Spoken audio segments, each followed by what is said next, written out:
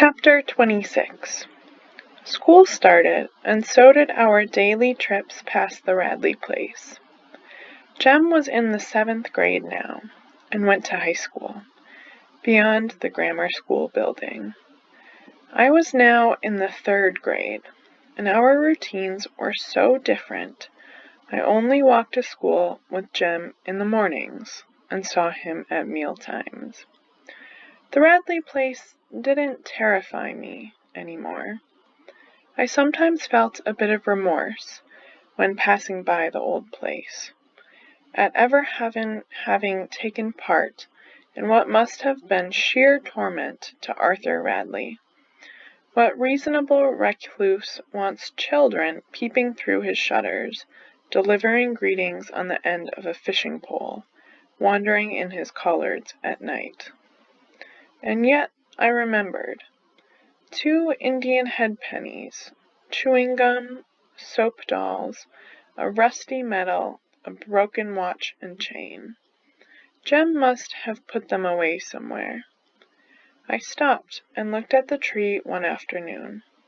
The trunk was swelling around its cement patch. The patch itself was turning yellow. I still looked for Boo each time I went by. Maybe someday we would see him. I imagined how it would be. When it happened, he'd just be sitting in the swing when I came along. "How-de-do, Mr. Arthur," I would say, as if I had said it every afternoon of my life. "Evening, Jean Louise," he would say, as if he had said it every afternoon of my life. "Right pretty spell we're having, isn't it?" "Yes, sir, right pretty," I would say, and go on. It was only a fantasy, though. We would never see him. One night, when I told Atticus that I wanted to see Boo Radley someday, he said, "Don't start with that again, Scout. I'm too old to go chasing you off the Radley property. Besides, it's dangerous. You might get shot. You know, Mr. Nathan shoots at every shadow he sees, even shadows that leave size 4 barefoot footprints. You were lucky not to be killed." I couldn't believe it.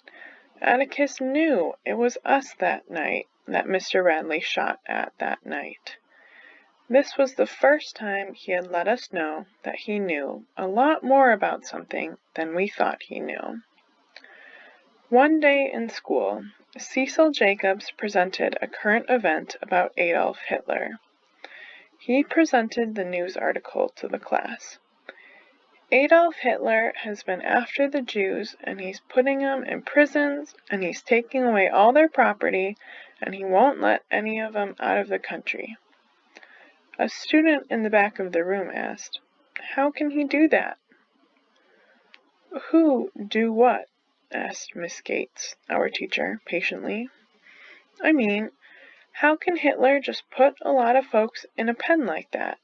Looks like the government would stop him," said the student.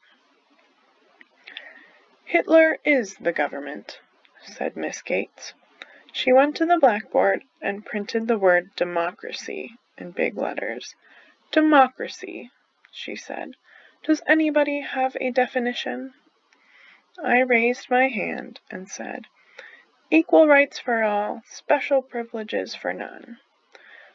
"Very good, Jean Louise, very good," Miss Gates smiled. In front of democracy, she printed, "We are a." "Now, class, say it together. We are a democracy." We said it. Then Miss Gates said, "That's the difference between America and Germany. We are a democracy, and Germany is a dictatorship. Over there, we don't believe in persecuting anybody. Persecution comes from people who are prejudiced." "Prejudice," she said carefully. "There are no better people in the world than the Jews, and why Hitler doesn't think so is a mystery to me." I went home later that day and asked Atticus if it was okay to hate Hitler. "It is not," he said. It's not okay to hate anybody. I was still confused about things, so I went to see Jem. I said, Jem, coming out of the courthouse that night, Miss Gates she was going down the steps in front of us. You must not have seen her. She was talking with Miss Stephanie Crawford. I heard her say it's time somebody taught 'em a lesson. They were getting way above themselves. And the next thing they think they can do is marry us. She was talking about the black folks. Jem, how can she say she hates Hitler so bad, and then turn around and be ugly about folks right here at home? Jem was suddenly furious. He leaped off the bed, grabbed me by the collar, and shook me.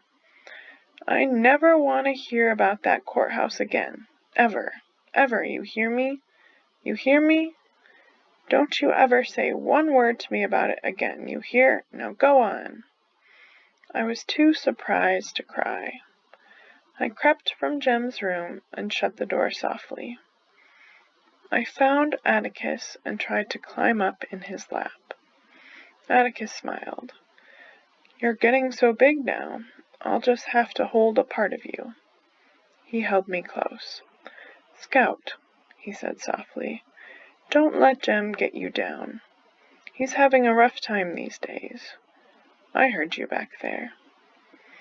Atticus said that Jem was trying hard to forget all the prejudice and injustice he saw at Tom's trial. After enough time passed, Jem would be able to make sense of it all and sort things out, but right now he was very upset.